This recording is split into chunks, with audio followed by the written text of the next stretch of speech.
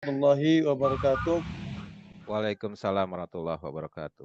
Selamat sore, selamat menjalankan ibadah puasa untuk rekan-rekan yang beragama Muslim, yang beragama Islam, yang masih sedang loyo-loyonya. Semoga puasa kita pada kesempatan kali ini bisa membuat suatu kebaikan dan menjadi orang insan yang bertakwa di hadapan Allah Subhanahu wa taala. Amin. Alhamdulillah pada sore hari ini kita kembali di online training live Zoom bersama official Touchpoint, yang pada kesempatan kali ini ada Denny dan Bagus Matic Flasher yang sudah bergabung bersama kita, juga rekan-rekan kreatif tim Touchpoint, dan juga ada Ketua Umum Touchpoint kita yaitu yang terhormat Bang Doli yang sudah hadir bersama kita. Pada kesempatan sore hari ini kita judulnya yaitu cara mudah menganalisa kasus serangkaian elektronik smartphone dengan metode group unit, yang akan disampaikan bersama Bang Denny dan Bagus Matic Flasher. Ya, beliau ini adalah senior saya, beliau ini adalah senior dari teknisi handphone yang dari dulu zaman masih Nokia. Mudah-mudahan bisa memberikan ilmunya kepada kita semuanya pada kesempatan sore hari ini. Baiklah rekan-rekan Touchpoint yang saya hormati, sebelum kita mulai acara pada kesempatan sore hari ini, ada sepatah dua kata dari Ketua Umum kita, Bang Doli, kepada beliau dipersilahkan dengan segala hormat. Bismillahirrahmanirrahim. Assalamualaikum warahmatullahi wabarakatuh. Terima kasih Kang Bati, moderator kita sore ini, yang telah memberikan kesempatan kepada saya untuk memberikan kata sambutan, ya, sepatah dua patah kata, sekitar mungkin 5 menit. Kemudian yang saya hormati Kang Denny Matic Flasher, terima kasih Kang Denny atas waktu yang sudah diluangkan untuk dapat mengisi acara kita pada sore hari ini dengan materi-materi teknisnya. Kemudian juga kepada teman-teman semua peserta Zoom sore ini, Assalamualaikum warahmatullahi wabarakatuh. Selamat sore, sudah 33 peserta, Alhamdulillah, insya Allah nanti akan bertambah lagi.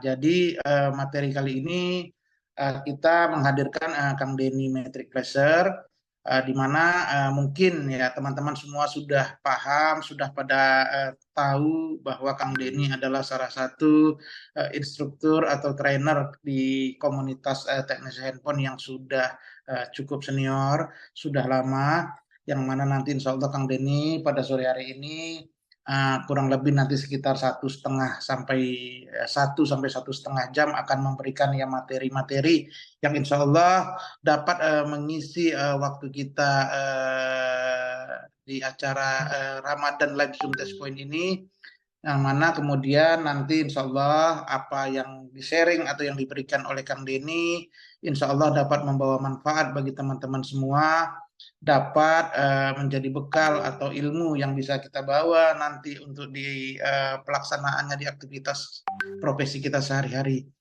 Kemudian yang mau saya sampaikan satu lagi bahwa kegiatan live Zoom training ini kita insya Allah akan terus berlangsung 2 kali 1 minggu, Selasa dan Jumat, yang mana akan diisi oleh pemateri-pemateri yang kita hadirkan untuk memenuhi kebutuhan teman-teman semua yang disesuaikan dengan aktivitas dan profesi kita. Insya Allah kita sudah hampir memasuki separuh dari bulan Ramadan, ya. Kalau nggak salah ini udah 13 atau 14 Ramadan. Insya Allah mudah-mudahan ke depannya acara ini semakin banyak membawa manfaat bagi kita semua. Terima kasih Kang Bati, Kang Denny. Saya rasa itu saja kata sambutan sekedar dari saya. Waktunya pun sudah agak lewat, biar dapat segera kita mulai acaranya. Saya akhiri, saya kembalikan kepada moderator kita Kang Bati. Billahi taufik wal hidayah. Wassalamualaikum warahmatullahi wabarakatuh. Waalaikumsalam warahmatullahi wabarakatuh. Terima kasih Bang Doli Halamon atas sambutannya. Mudah-mudahan apa yang kita laksanakan pada kesempatan hari ini bisa bermanfaat, khususnya masih menjelang masih dalam suasana bulan Ramadan ini. Ngabuburit kita memberikan manfaat yang banyak untuk acara live Zoom bersama Touchpoint. Baiklah rekan-rekan teknisi yang saya hormati, sebelum kita melanjut ke acara berikutnya, tema kita pada sore hari ini masih berkutat di masalah, sebentar ya, tema kita ke Zoom. Untuk tema kita pada sore hari ini yaitu cara mudah menganalisa kasus rangkaian elektronika smartphone dengan metode group unit. Nah, mudah-mudahan Om Denny yang sudah bergabung pada sore hari ini, silakan untuk memberikan pemaparan-pemaparan pada kesempatan kali ini. Kepada Bang Denny dan Bagus, dipersilakan dengan segala hormat. Ya, a'udzubillahi minasyaitonirrajim. Bismillahirrahmanirrahim. Assalamualaikum warahmatullahi wabarakatuh. Waalaikumsalam warahmatullahi wabarakatuh. Alhamdulillahirrabbilalamin. Asyhadu la ilaha illallah wa asyhadu anna Muhammadan abduhu wa rasuluh. Allahumma sholli ala sayyidina Muhammad wa ala alihi wa sahbihi wasallim. Amin. Robbi sholli sodri wa yassir li amri wa hlul min lisani yafqahu qawli. Robbi zidni ilman warzuqni fahman. Amin. Pertama-tama saya panjatkan puji syukur alhamdulillah bahwa hari ini, sore ini kita semua masih diberikan nikmat sehat, nikmat sempat, nikmat yang tidak ada nilainya. Ya, tidak semua orang bisa merasakan kesehatan ini. Saya ucapkan terima kasih kepada Bapak Ketua Tespoin, Ketua Umum Tespoin, Bang Doli Haloman Harahap. Ya, alhamdulillah Bang, terima kasih atas undangannya. Kemudian kepada Bapak Moderator, Bang Beti, Mai Bebeb, ya, terima kasih sudah memoderasi acara ini. Juga kepada para senior di sini, alhamdulillah sudah hadir guru saya di sini. Alhamdulillah ini hari ini memberikan materi. Ini hadir guru saya Kang Jaki dari TB Ponsel. Alhamdulillah. Alhamdulillah jazakallah khair Kang Jaki ya. Ini guru saya yang alhamdulillah hari ini bisa hadir. Mudah-mudahan nanti insya Allah Kang Jaki juga bisa mengisi materi nih untuk ke depan. Assalamualaikum, salam kenal Kang Jaki. Nah ini Kang Jaki lagi monitor. Kang Jaki masih monitor Kang? Ya, selamat kenal. Terima kasih semuanya, Bang Doli, rekan-rekan sahabat sekalian, teknisi ponsel Indonesia. Selamat sore, selamat ibadah puasa untuk yang menjalankannya. Ya, alhamdulillah. Hatur nuhun Kang, kersa sumping di Zoom Live Test Point. Juga kepada para guru-guru saya, Bang Aryo, Kang Firman, dan Bang Nox yang ada di Lombok ini, insya Allah nanti dalam jangka waktu dekat kita bisa bertemu. Ya, juga kepada para peserta lainnya yang saya tidak bisa sebutkan satu persatu, semoga hari ini kita tetap bersemangat. Yuk kita sama-sama meningkatkan pengetahuan kita, wawasan kita mengenai pekerjaan yang kita geluti saat ini, yaitu perbaikan smartphone. Adapun di sore ini saya membawakan satu materi yang memang mungkin semuanya sudah terbiasa dengan pekerjaannya, yaitu perbaikan hardware, ya, di mana hardware ini memang membutuhkan satu keahlian khusus atau skill khusus, yaitu mengenai pemanfaatan komponen dalam rangkaian, juga mengenai apa itu rangkaian, bagaimana sebuah rangkaian bisa bekerja, dan bagaimana energi itu dikelola dalam rangkaian sehingga energi itu bisa berubah menjadi satu energi yang baru. Nah, adapun tujuan rangkaian ini disesuaikan dengan pola atau konfigurasi pemasangan komponen dalam rangkaian sehingga rangkaian tersebut bisa mengubah energi sesuai dengan tujuan pembuatan rangkaian. Baik, apa itu metode group unit? Memang metode ini tidak ada di training-training yang lainnya. Jadi metode ini saya create dari mulai zamannya BlackBerry. Ya, sudah menggunakan metode ekstrim di mana kita bisa melakukan pengukuran rangkaian tanpa harus membongkar kaleng.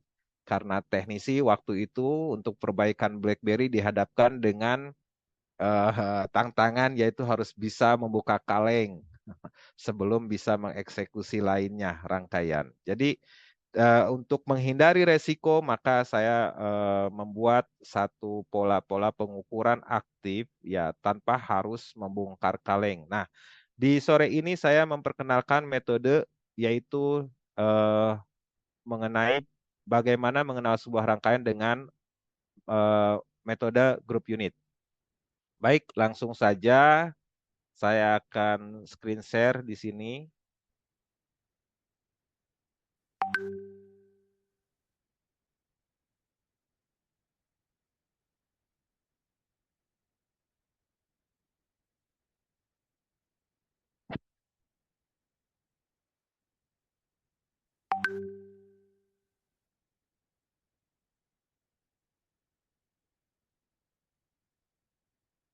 Ya, jaringannya kayaknya ini. Rekan-rekan bisa melihat apa yang saya share sekarang ini? Saya Bisa. akan bisa ya. Bisa, Pak. Saya akan ambil satu contoh rangkaian yang mana dalam mainboard ini kita mengenal yang namanya main block. Misalkan seperti di sini ada main block untuk baseband, yaitu main blocknya yang akan menjadi motor untuk smartphone, di mana smartphone mulai melakukan aktivitasnya. Yaitu yang terpenting di sini di blok baseband ini adalah penentu untuk untuk blok-blok berikutnya. Jadi jika main bloknya ini bermasalah, maka rangkaian berikutnya atau blok berikutnya ini tidak akan bisa berfungsi. Nah, dalam satu blok seperti ini akan ada beberapa grup unit. Apa itu grup unit? Seperti rekan-rekan ketahui, untuk komponen untuk komponen yang menjadi pusat dari rangkaian atau menjadi fokus dari sebuah rangkaian itu adalah sebuah IC. Dan IC-nya sendiri pun dikodekan atau mempunyai kode komponennya adalah U. U itu artinya unit. Nah, kita kenal ada yang namanya CPU, Central Processing Unit, PMU, Power Management Unit, ya. Nah, jadi unit ini adalah IC-nya. Kalau ada skema, kita dimudahkan sekali, ya. Dengan melihat skema layout seperti ini, kita bisa melihat kalau U-nya 2304, yang kita ambil adalah U23-nya, maka komponen-komponen yang bekerja untuk U23 ini mempunyai kode yang sama dengan unitnya. Kalau dia kapasitor 23, ya, C23, kemudian L-nya induktor ini L23, kemudian nanti kita temukan ada diodanya D23. Lalu bagaimana dengan komponen-komponen yang mempunyai kode yang berbeda? Seperti halnya di sini ada 21, ya.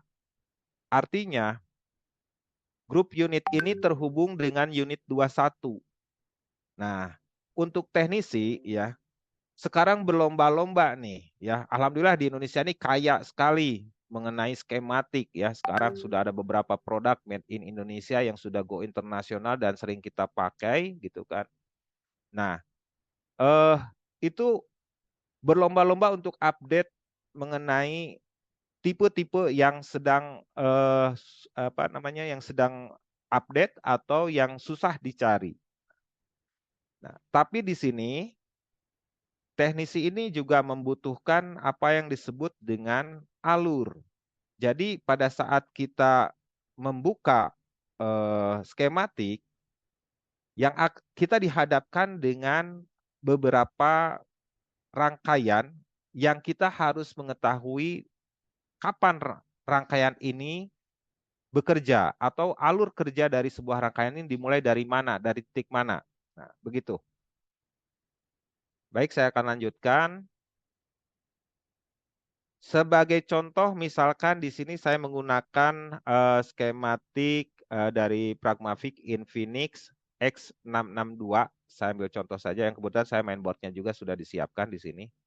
Nah, ketika kita klik U2304, maka di sini ditampilkan, ya, di sini akan ditampilkan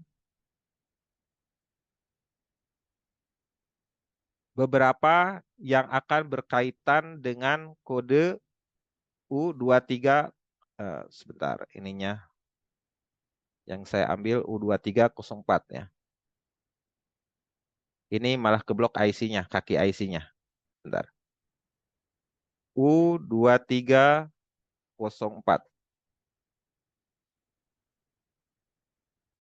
Oke. Akan kita dapatkan pola seperti ini. Ya, kemarin ada pembahasan juga mengenai rangkaian di mana nanti ada sebuah rangkaian yang akan menjadi pintu masuk dari sebuah rangkaian elektronika seperti handphone dan laptop, ya. Ada seperti separatornya atau pembagi tegangannya. Nah, di sini ambil contoh misalkan U23.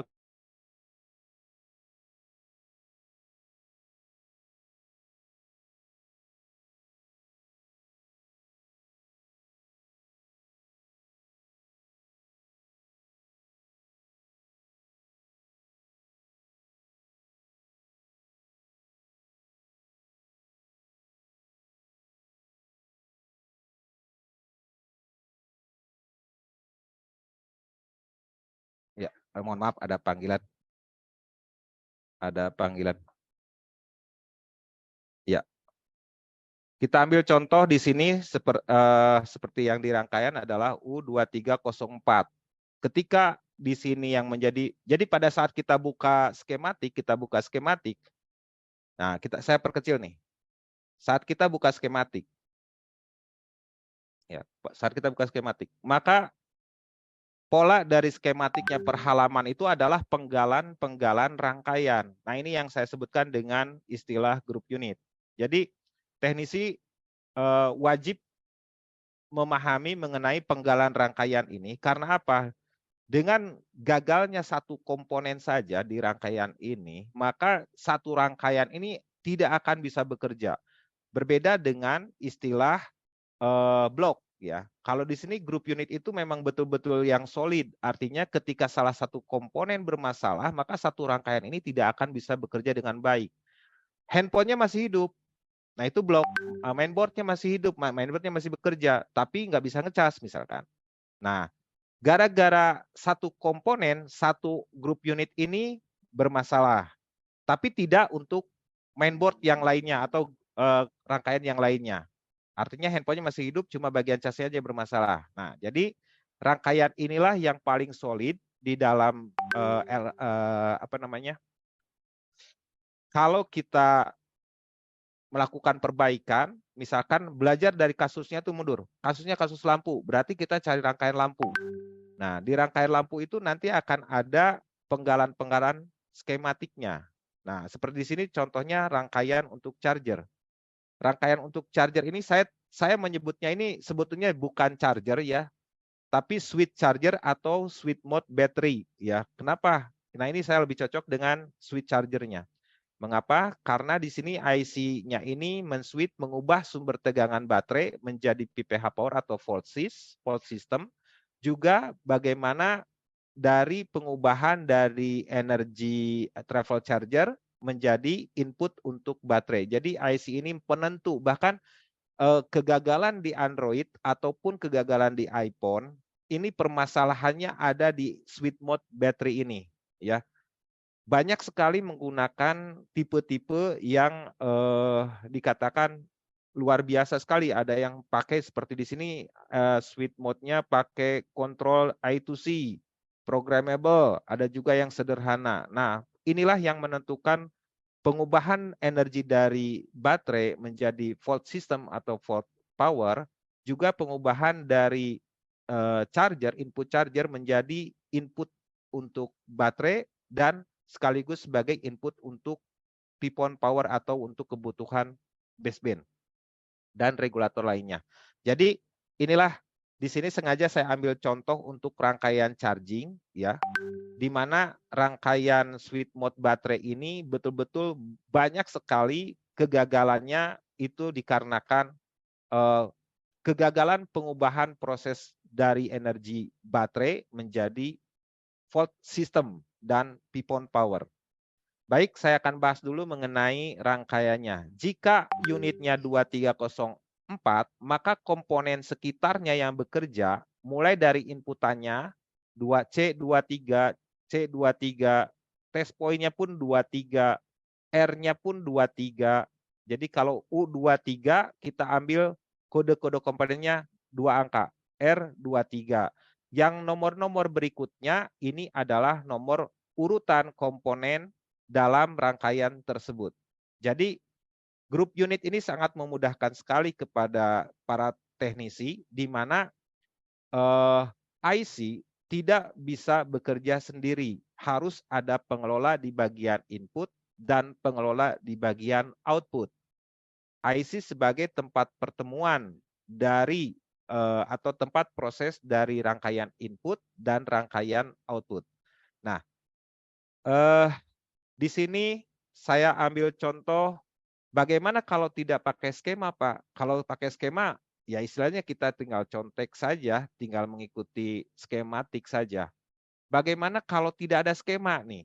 Ya, bagaimana kalau kita mengerjakan sebuah rangkaian tanpa skema? Ya, saya akan coba tunjukkan metodenya.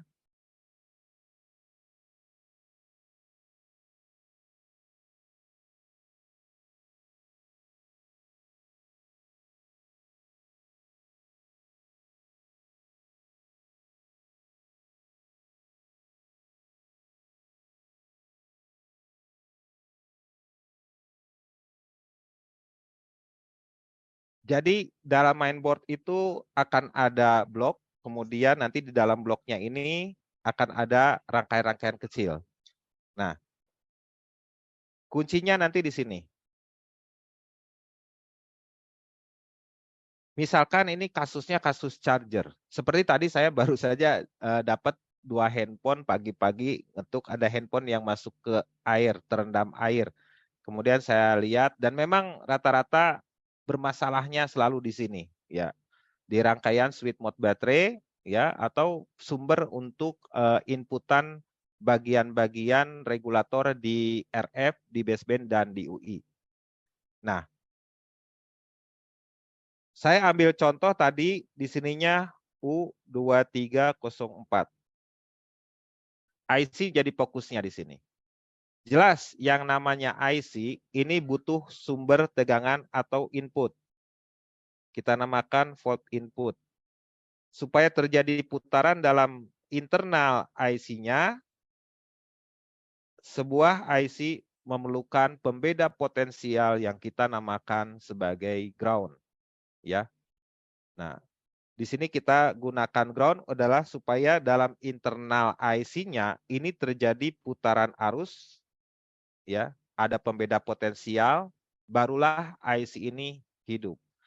Tapi untuk hidup pun di sini sumber tegangannya itu harus ada pengelola. Jadi tidak ada sumber tegangan yang masuk ke IC langsung dicerna begitu saja. Ingat, apalagi kalau IC ini menggunakan konsep digital, input tegangannya di sini harus betul-betul murni pure DC, direct current. Nah, volt in-nya ini harus sifatnya, kenapa ada tegangan yang selalu dikatakan sebagai VCC, VDD, ya, kemudian AVDD, DVDD, dan yang paling penting di sini adalah CV, artinya itu current konstan, ya, konstan. Di sini harus current konstannya harus ada juga dengan volt konstan. Jadi tegangannya juga harus konstan, ya. Jadi kalau untuk input ini tegangannya harus konstan dan tegangannya di sini dia harus pure DC. Makanya diperlukan di inputnya pengelola. Sebagai contoh kita buka yang di sini.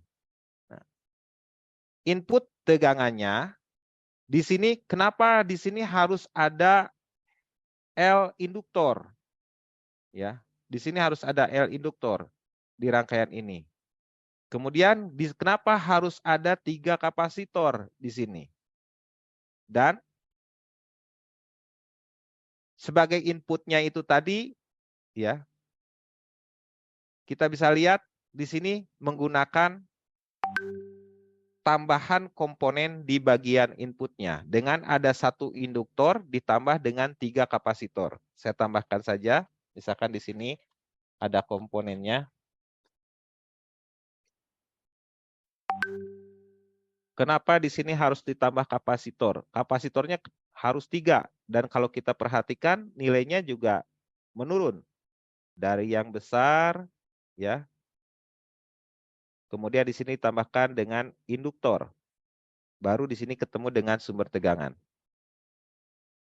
Nah, dengan metode group unit ini, jika di depan IC ya ada komponen kapasitor yang dipasang paralel, jadi kuncinya adalah ketika kita mendapatkan di depan dari IC ada komponen dan komponen itu kita deteksi adalah sebagai kapasitor ya seperti ini, dan kita cek kapasitornya di posisi paralel, bisa dipastikan adalah untuk menampung arus atau yang dikerjakan oleh kapasitornya ini adalah di jalur tegangan. Jadi sebagai penanda, jadi untuk mempermudah jika kita tidak memiliki skematik, jangan khawatir untuk membedakan mana jalur tegangannya, penandanya adalah kapasitor yang diposisikan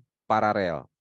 Nah, diharapkan rekan-rekan sudah memahami bagaimana menentukan kaki komponen dipasang seri atau dipasang paralel. Jadi untuk jalur tegangan, polanya kapasitornya dipasang paralel dan L induktornya ini dipasang seri ya. Jadi kalau kita pasangkan seperti ini dengan menggunakan metode group unit ini kita sangat mudah sekali walaupun misalkan terpaksa tidak ada skema atau kita tidak membuka dulu skema. Biasanya depan IC itu ada kapasitor yang dipasang paralel. Nah, jelas di sini juga ada induktor dipasang seri. Ini konsepnya adalah konsep dari low pass filter.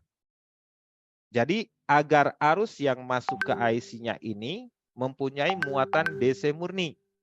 Dengan cara ya konfigurasi L-nya ini dipasang seri, dia akan memblokir ripple tegangan atau tegangan gelombang-gelombang riak daripada tegangan, kemudian meneruskan arus DC-nya di sini. Dan kenapa di sini kapasitornya dipasang paralel? Karena arus di sini akan diblok ya, ngumpul di sini diblok, dan yang terbuang masih sisa-sisa dari ripple-ripple tegangannya. Jadi kenapa dia harus dipasang 3 dengan nilai yang berbeda? Di pintu awal misalkan menggunakan mikrofarad satuannya. Kemudian di yang keduanya menggunakan nanofarad. Dan yang terakhir dipasang picofarad. Jadi kalau kita logikakan sederhana, yang pintu masuk dengan ukuran besar ini sebagai penampung arusnya. Jadi ini rata-rata yang akan nanti bocor, nanti yang akan short itu lebih banyak dengan kapasitor yang potensial atau kapasitor yang memang betul-betul menyimpan arus atau sebagai sumber tegangan dengan jumlah yang besar. Jadi dibuat 3 kapasitor seperti ini dengan tujuan, satu untuk penampungnya, ya di sini untuk penampung arus sehingga nanti akan ada tegangan yang keluar. Kemudian di sini adalah fungsi filtering. Dia akan membuang ripple tegangan sehingga input ke IC-nya ini menjadi IDC murni. Begitu. Jadi di input sebuah IC ini memerlukan pengelola tegangan, yaitu konfigurasi L-nya dipasang seri, C-nya dipasang paralel. Barulah IC ini terpenuhi kebutuhan sumber tegangan utamanya, yaitu tegangan DC. Dan IC ini baru dikatakan aktif, tapi belum bekerja. Ya, aktif tapi belum bekerja. Kenapa? Karena dibutuhkan inputan lainnya untuk bekerja. Sebagai contoh, kalau kita lihat dari jenis IC yang ada di SMB ini atau U2304 ini atau dinamakan switch mode baterai atau switch charger, Ya, kalau di perangkat yang lainnya dinamakan dengan separator, pembagi ya. Contohnya di laptop. Nah, seperti itu. Nah, nanti ada bagian yang untuk pengubahan energi ya dari berbagai sumber nanti di-outputkan menjadi beberapa jenis tegangan. Contohnya di sini ya, input VBAT-nya. Nah, di sini nanti ada yang namanya input VBAT-nya. Input VBAT-nya di sini masuk dengan pola tuh, tetap. Ya, di sini menggunakan kapasitor. Jadi kalau kita lihat di sini C2301, kemudian C2323. Nah, seperti ini berarti ini adalah input dari baterai menuju ke IC-nya. Sedangkan ada juga inputan yang dari VBAS atau charger ya. Nah, ini juga sama dengan polanya menggunakan L seri dan C-nya paralel. Ya. Nah, ini konfigurasinya ini adalah untuk jalur tegangan. Jadi kita ambil kesimpulan bahwa dengan menggunakan metode group unit bahwa setiap IC yang bekerja ini memerlukan komponen pendukung atau komponen pengelola. Nah, untuk tegangan, komponen yang mengelola tegangan dekat IC-nya adalah menggunakan pola L-nya seri, ya, L-nya seri, ya, kemudian C-nya paralel. Ya.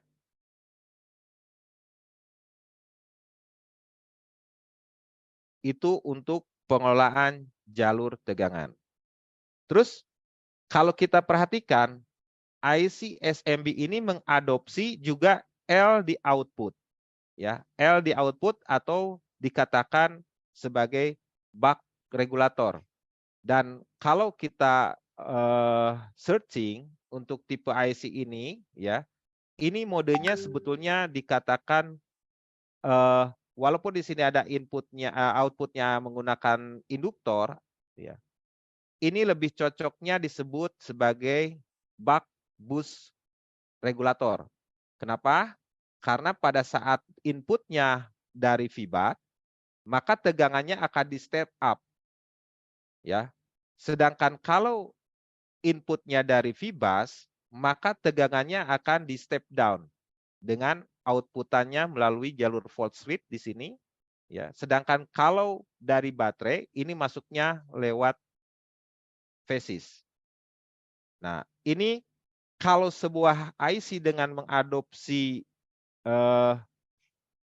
ada inputannya atau outputannya misalkan di sini menggunakan lagi L dan C, ya. Ini adalah buck regulator. Jadi tetap saja di sini yang akan dikeluarkannya adalah tegangan. Ya, jika inputnya tegangan, outputnya tegangan, berarti IC ini bisa dikatakan regulator. Ya, jadi mengubah energi listrik menjadi outputannya listrik lagi. Di sini misalkan jadi volt switch, ya, volt switch. Nah, dari inputannya 5 volt, keluar dari sini 4,35 volt. Jadi inputnya lebih besar dibanding outputnya. Tapi jangan salah, ampernya di sini jauh lebih besar.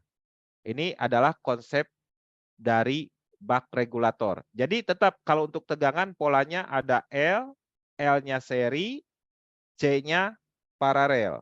Ya. Yang membedakan L di sini sifatnya sebagai L resistif. Nah, tahu dari mana kalau ini resistif? Kalau ada skematik, mudah. Kenapa? Kita bisa baca L-nya ini nanti punya satuannya misalkan 200 ohm, 100 MHz. Nah, berarti ini L-nya, induktornya, ini berfungsi sebagai lebih kepada sifat resistif. Beda dengan L induktor yang dipasang seri di output regulator, baik di input regulator, dengan satuan misalkan microhenry. Nah, seperti itu. Ya. Polanya juga beda, biasanya kita kasih titik, kalau yang ini biasanya dikasih garis, seperti itu. Ya. Jadi sangat penting sekali untuk rekan-rekan betul-betul menguasai komponen, posisi komponen dalam rangkaian karena nanti akan menentukan karakter jalur atau muatan apa yang akan dilewatkan di jalur tersebut. Ya, contohnya seperti ini. Kalau ada pola L-nya seri, C-nya paralel, maka yang akan dilewatkannya adalah tegangan. Seperti itu. Ya. Ini umumnya. Dan jika ini untuk menentukan komponennya berikutnya, misalkan ini Pak, ini LC-nya ini LC untuk input dan ini LC untuk output. Bagaimana cara membedakannya kalau kita misalkan tidak punya skematik? Nah, perlu diketahui bahwa input rangkaian itu biasanya dari sumber utama. Jadi untuk membedakan, misalkan ini kapasitor buat input, ini kapasitor buat output, bagaimana cara membedakannya? Langsung saja kalau yang kita menggunakan avometer, yang menggunakan continuity, kita bisa menempatkan satu probe-nya itu di konektor baterai, kemudian probe yang satunya lagi ini bebas mau merah, mau hitam, terserah karena sifatnya continuity itu hanya untuk memastikan ketersambungan atau jalurnya itu nyambung atau tidaknya. Maka salah satu probe-nya itu bisa diletakkan di sumber baterai, misalkan tegangan Vbat. Nah, satunya lagi ini rotary scan, jadi berputar mengitari IC gitu.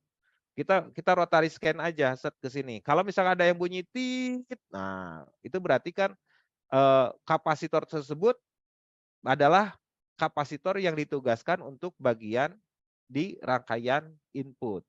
Nah, sedangkan kalau misalkan kita sudah rotary scan di sini kita tidak dapatkan ada yang continuity, berarti inputnya bukan dari baterai. Dari mana? Nah, perlu kita ketahui bahwa di rangkaian smartphone, input baterainya ini akan dirubah lagi menjadi dikatakan PPH power atau volt system. Nah, kita boleh dari rangkaian PPH power, ya, kita rotary scan lagi ke rangkaian yang menggunakan regulator-regulator lainnya, seperti untuk LCD digunakan regulator lagi, untuk kamera digunakan regulator lagi, bahkan untuk proses untuk transmitting panggilan seluler juga atau panggilan data itu ada yang menggunakan regulator lagi dan regulator-regulator lainnya. Nah, ini regulator lainnya ini keluarnya atau dapat sumber tegangannya dari phasis atau hasil pengubahan dari switch mode baterai atau switch charger. Jadi kita masukkan dari saya ya. Kebanyakan teknisi menyebutnya ini IC charger. Bukan IC charger lagi. Kalau IC charger tugasnya mungkin hanya pengisian. Tapi kalau di switch charger saya lebih setuju atau switch mode battery saya lebih setuju. Kenapa di sini biasanya pakai IC-nya tulisannya SMB. SMB itu artinya switch mode charger.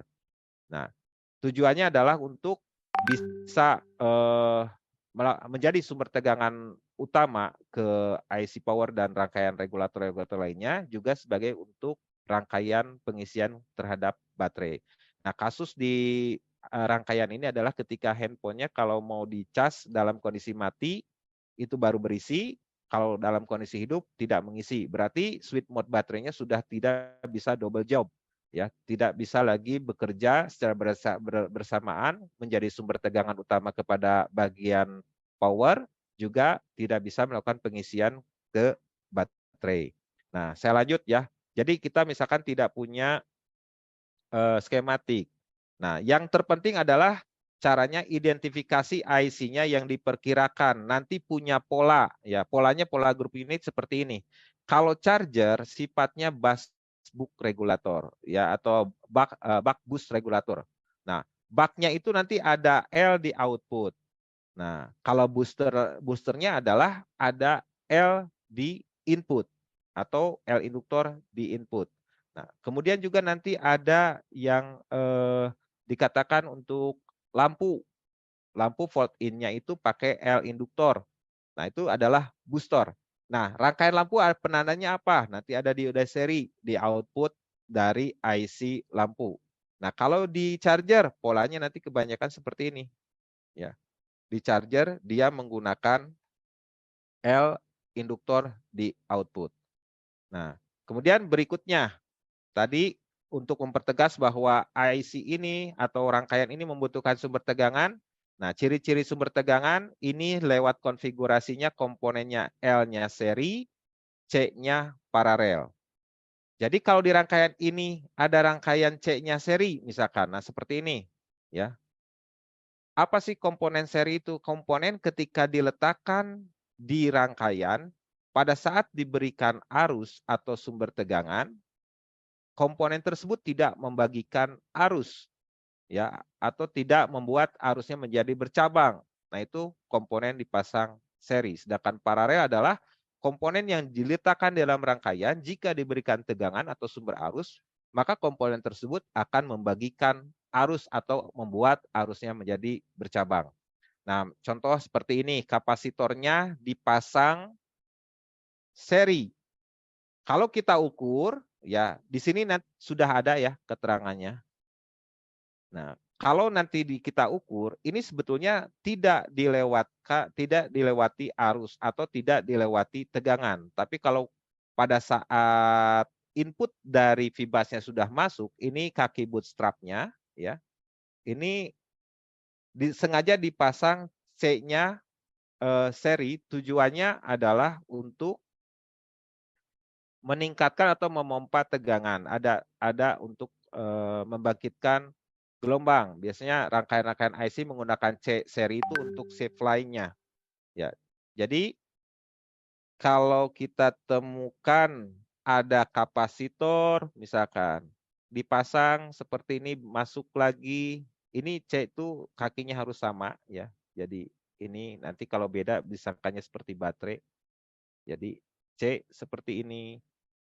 Kalau C seri ini sifatnya nanti di sini tegangannya tidak tetap ya. Nanti boleh dicoba pada saat C seri kita berikan tegangan, maka dia hanya timbulnya satu kali saja sudah itu menghilang atau lebih bergelombang. Maaf ini.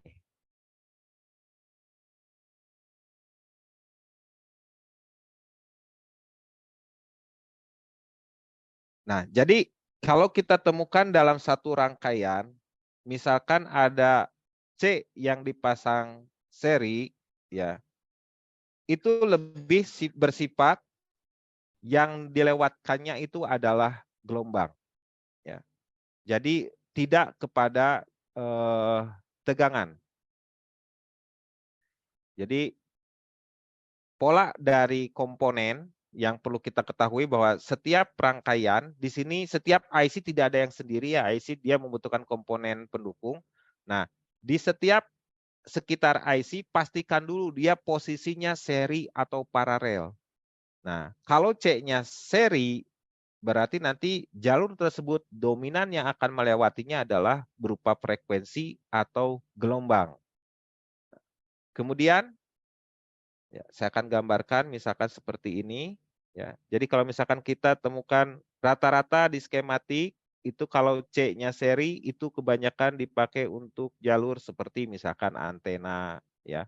Kemudian jalur RF, radio frekuensi. Konfigurasinya seperti ini, ya. Kadang-kadang di RF itu ada yang double induktor, di tengahnya C-nya seri. Nah, kita ambil contoh misalkan lewat skema.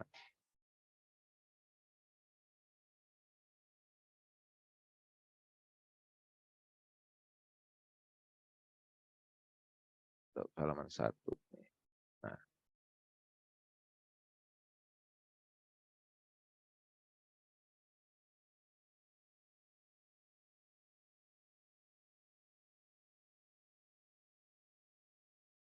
Tabel.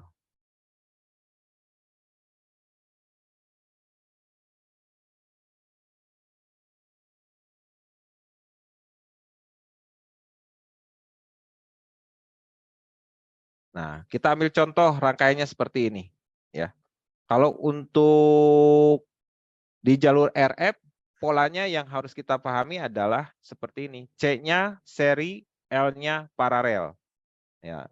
Nah, jadi kalau kita ambil gambarnya, di sini nanti adalah untuk gelombang atau frekuensi. Jadi bagaimana cara kita mengenali rangkaian dengan cara perhatikan di sekitar IC-nya ini komponennya mempunyai posisi serikah atau paralelkah? Karena ketika kita mengetahui posisi seri dan paralel, baru kita akan mengetahui fungsi komponen tersebut dan kita bisa mengetahui karakter atau muatan jalurnya apa yang akan lewat di jalur tersebut. Ya.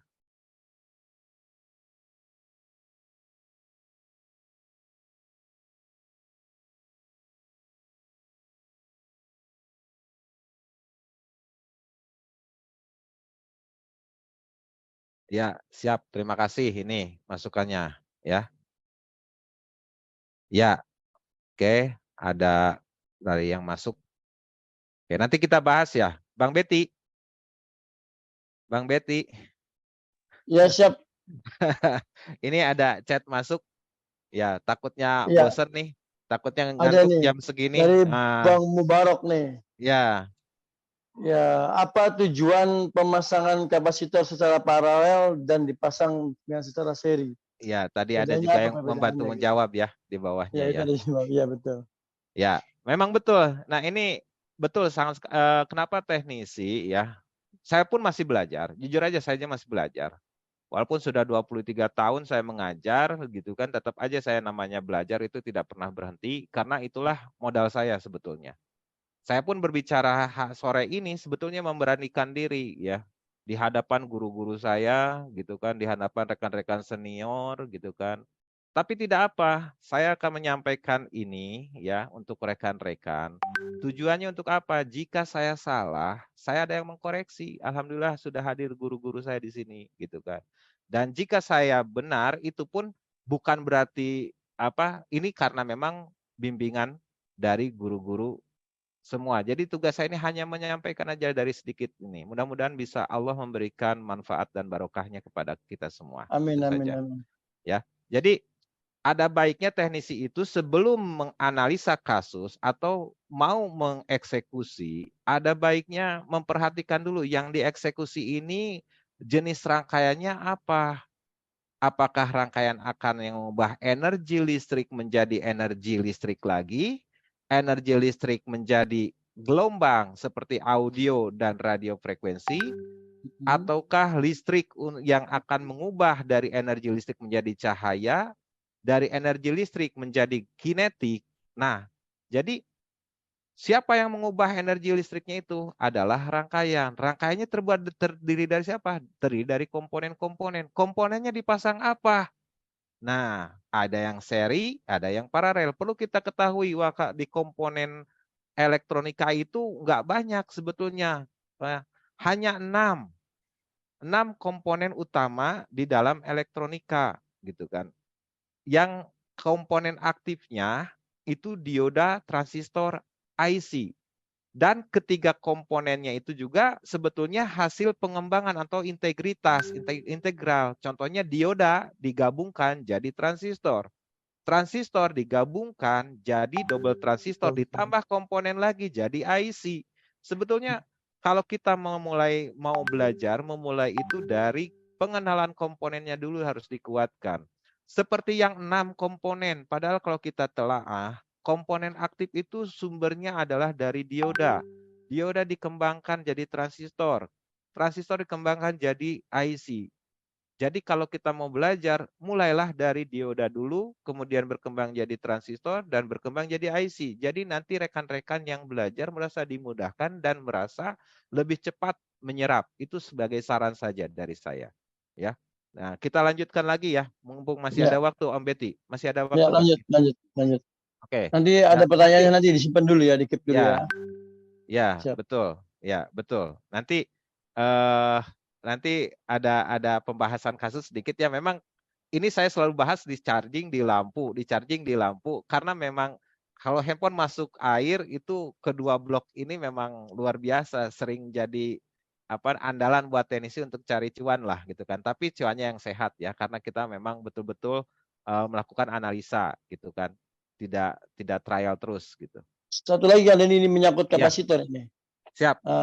Biasanya kalau kita short itu short sebelum on off lah kalau kita bicara itu. Betul. Biasanya itu yang sering short itu kan di kapasitornya. Apakah Betul. dengan membuang kapasitor tersebut akan tanpa mengganti gitu akan mempengaruhi arus atau mempengaruhi arus dalam daya operasional handphone tersebut. Oke. Oke. Ya mudah-mudahan satu pertanyaan bisa mewakili kepada pertanyaan-pertanyaan rekan-rekannya. Teknisi Ya. kita kan maaf sekali. Teknisi kita ilmunya belum terkuasai, tapi kelihat dari yang ditampilkan dari video tutorial, misalkan main congkel, down, selesai Ya. tulis nota seperti itu. Ada Ya. beberapa kapasitor yang memang bisa di-remove, tapi memang harus di-replace. Ada. Jadi ada dua kemungkinan. Itulah tadi yang saya sebutkan sebagai kapasitor potensial. Kapasitor potensial itu seperti ini. Bapak-bapak boleh dong meremove ini. Nah, meremove ini. Ya saya harap yang besar bolehlah di-remove atau yang kecil juga bolehlah di-remove gitu kan. Tapi kemungkinan efeknya Tanpa harus ada. mereplace itu. Ya sekarang kadang-kadang kalau teknisi kan nggak mau tuh kalau replace. ya kita saya ngomong saya juga begitu. Saya Yang penting saya down. ya kadang-kadang harus setoran dapur harus lebih kencang. Jadi ya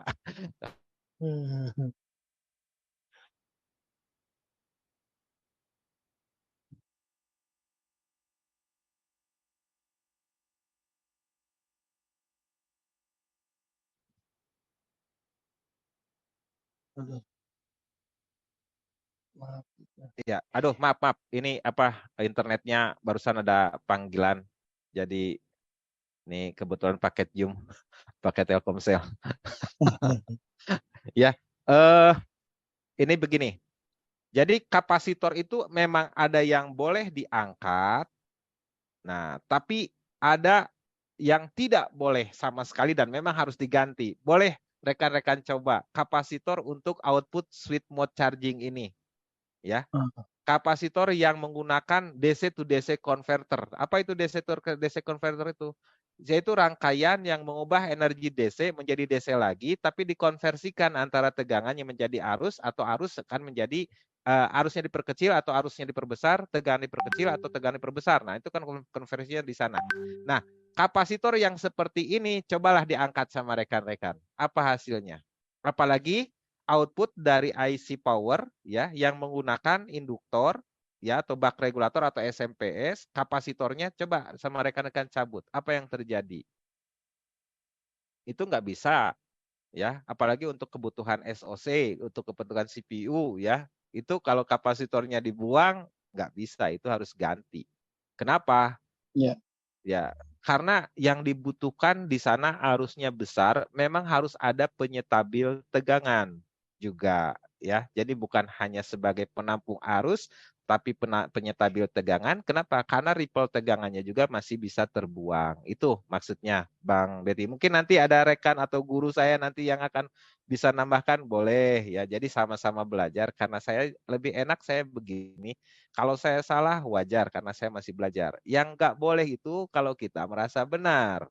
Kalau kita merasa benar, siapa lagi nanti yang mau koreksi kan begitu. Ya, Betul. kita di sini sama-sama belajar gitu kan. Ya istilahnya kita berbagi ilmu yang sedikit ini. Mudah-mudahan para guru-guru ini sudah yang lebih paham bisa menambahkan. Ini tadi baru L dengan C ya konfigurasi di depan IC. Nanti kita akan temukan juga seperti ini. Nah, ini ada contoh resistor. Resistor itu komponen yang sifatnya membatasi arus ya, membatasi arus. Tapi ketika dia dipasang dalam rangkaian, dia bisa menjadi multifungsi. Jadi fungsinya belum kita bisa sebutkan. Kalau orang kan rata-rata nih habis kursus ditanya, apa fungsi resistor? Hambatan. Sudah merasa benar gitu kan, itu hambatan. Tapi sebetulnya penempatan resistor di rangkaian ini sangat berpengaruh sekali. Saya ambil contoh saja sekarang ya. Ini rangkaian charging di sini menggunakan resistor ini misalkan. Ada 2 resistor di sini. Nah, ini konsepnya adalah ketika input tegangan dari Vbus-nya ini masuk, maka ini wajibnya kita mengukur Vreg-N di sini atau Reg-N ya. Nah, di Reg-N ini akan keluar sebesar dari tegangan inputan atau bisa jadi lebih besar. Ini sekitar 6 volt, kadang-kadang ada yang 8 volt ya di sini. Tapi kebanyakan adalah rata dengan inputan. Nah, begitu Reg-N ini tegangannya keluar, maka kaki temperatur sensor, kaki detect ya atau misalkan yang jelas kaki untuk enable ada juga yang menggunakan enable-nya ini kebetulan otomatis di IC charging ini. Ada juga enable-nya itu pakai dari output dari reg-N ini menggunakan transistor FET, kemudian polanya juga harus menggunakan divider seperti ini, barulah enable-nya bekerja. Itu kalau nggak salah ada di beberapa tipe. Makanya saya lebih banyak membahas, kalau saya sharing video, sharing kasus seperti itu, saya akan lebih banyak membahas ini karena kebanyakan teknisi gagal pada saat memperhatikan pengubahan energi baterai menjadi energi untuk menghidupkan ponsel, ya, atau PPH power atau phasis, atau menjadi tegangan sistem. Nah, di sini ada resistor yang dipasang seperti ini, ya. Ini sebetulnya seperti yang dipasang ini, padahal ini bisa kita tarik, polanya sama saja. Saya akan gambarkan seperti ini. Jadi sebelum masuk ke IC, misalkan dipakailah sebuah resistor. Nah, misalkan masuklah polanya seperti ini.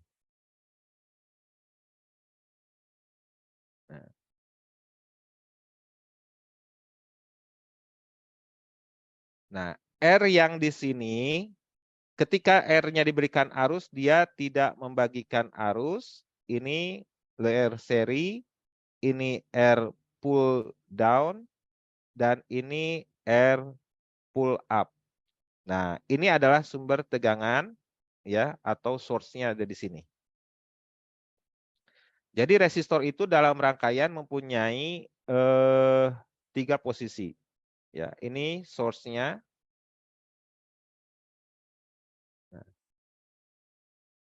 Seperti di rangkaian yang sedang kita lihat, misalkan di sininya 10K, 10K, di sininya 10K.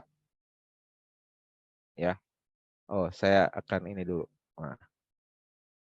Nah, ini 10K, ini 10K. Anggap saja tadi misalkan dari Vreg-N-nya misalkan 5 volt, ya. 5 volt misalkan. Misalkan 5 volt. Jika menggunakan rumus dari volt dividernya, ini akan dihasilkan, ya, seperti ini. Konsepnya, konsep logikanya seperti ini, konsep logika sederhananya. Sumber airnya 5 liter. Kita bagikan itu dengan menggunakan ukuran selang yang sama. Maka logikanya sederhana. Apa? Maka arus airnya akan terbagi sama rata. Kita ambil contoh misalkan menggunakan rumus divider ini, ya. R atau nanti di sini R-nya itu nanti ada, kita namakan dulu R1, di sini R2. R1-nya 10 kilo, R2-nya 10 kilo. Berarti nilai hambatannya sama. Kita masukkan di sini volt dividernya yang akan kita hitung, volt input dikali R2 tambah R1 plus R2. Nah, ini rumusnya seperti itu. Kita masukkan volt inputnya 5 volt. R2-nya 10K. Di bawahnya 10 tambah 10, ya, 10K tambah 10K. Begitu. Jadinya 5 volt. Ini yang KK-nya kita coret. Nah, ini jadi 10/20 atau setengah. Maka yang akan mengalir di sini, tegangan di sininya, pembagi tegangannya ini akan mengalir 2,5 volt. Nah, seperti itu kalau kita, ya, bertemu dengan rangkaian pola seperti yang di rangkaian ini. Jadi sebelum kita eksekusi, sebelum kita mengambil tindakan, perhatikan dulu di sini resistornya dipasangnya apa? Serikah, paralelkah, ya, atau paralel ke ground namanya pull down, paralel ke tegangan disebutnya pull up. Nah, nanti di rangkaian itu kalau seperti ini rangkaian untuk deteksi atau untuk rangkaian sensor suhu itu menggunakan sistemnya adalah pembagi arus atau pembagi tegangan yang dinamakan dengan divider, ya, pembagi tegangan atau setengah dari tegangan kalau jumlah nilainya sama. Kalau di sini logika yang harus kita terapkan adalah kalau air pull down ini akan menurunkan atau membuang arus sehingga efeknya tegangan menjadi turun. Kalau kita misalkan nilai dari R2-nya ini lebih kecil, maka arus yang terbuang lebih banyak. Begitu prinsip logikanya. Kalau resistor di sini nilainya kecil, arusnya yang terbuang lebih banyak sehingga yang ke sini itu jauh akan lebih rendah dari sumbernya. Tapi kalau